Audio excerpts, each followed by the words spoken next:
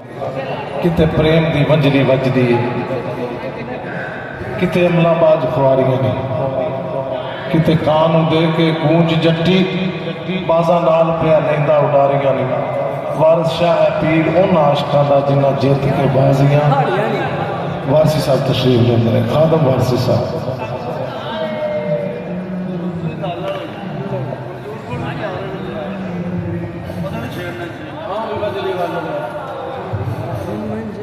बिस्मिल्लाहिर्रहमानिर्रहीम।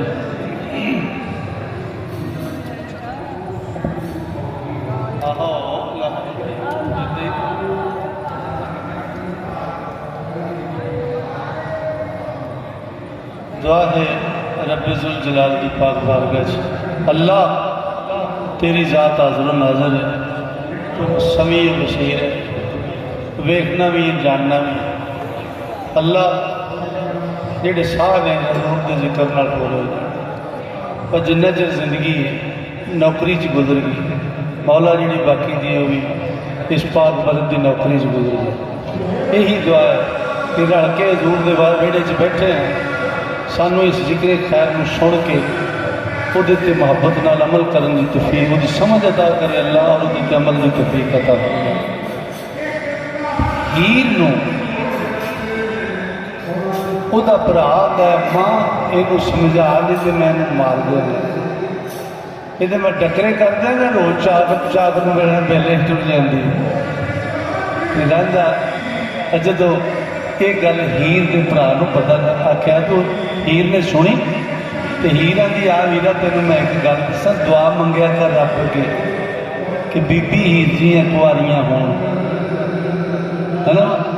तो हजूर वारिस साहब बादशाह का कौल मैं जनाब की नज़र कर रहा।